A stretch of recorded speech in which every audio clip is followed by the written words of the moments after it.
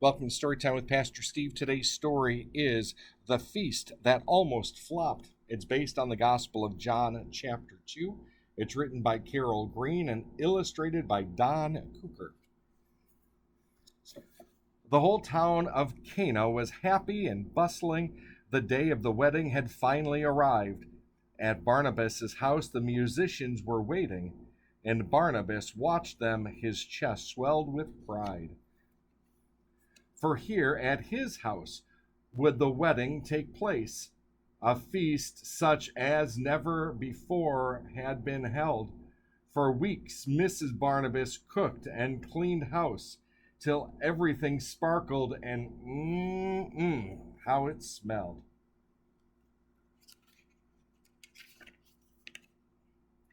Inside, the bride Rachel was fixing her hair and adjusting her veil just ever so slightly.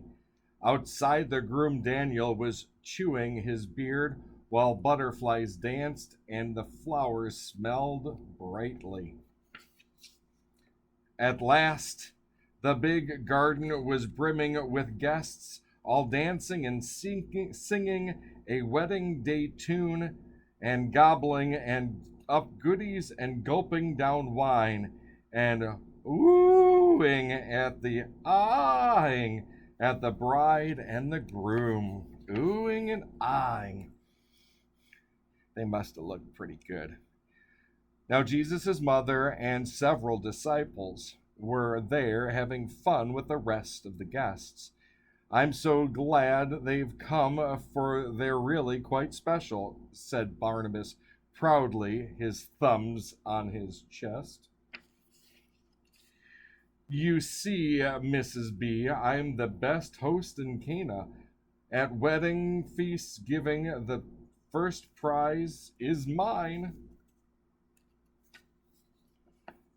Then up ran a servant, all trembling and panting. Oh, Barnabas, sir, we've just run out of wine. Uh-oh. Now this was a serious state of affairs. To run out of wine would mean total disgrace.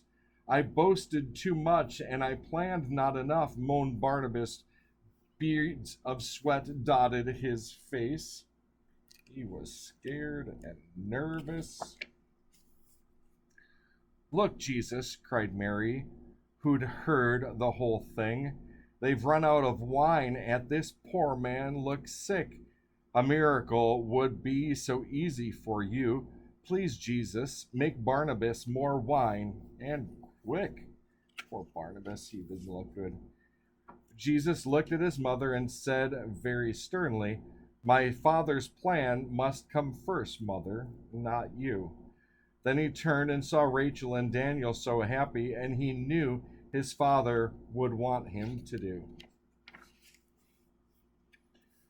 Go fill these 6 jugs with fresh water, said Jesus. The servants ran quickly to do as he said. They dipped out a cup, and to Barnabas hurried. He stood in the corner, still mopping his head. He still doesn't know what's going on. Poor guy. He took just a sip, and his face beamed with pleasure.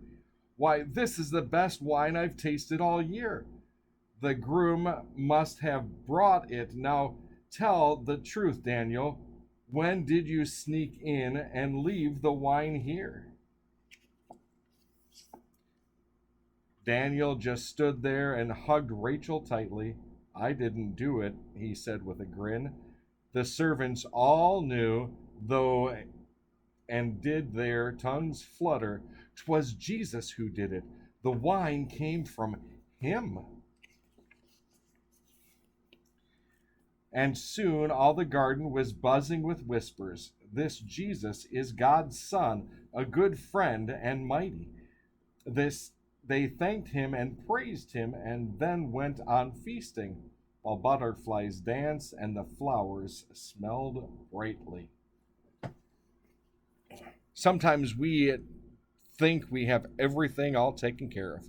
We think we've got everything all planned, but just like Dad here, we forget something. something goes wrong, we lose our keys, or we can't find our homework, or whatever the problem is. God wants us to not just trust ourselves, but more importantly, trust in Him.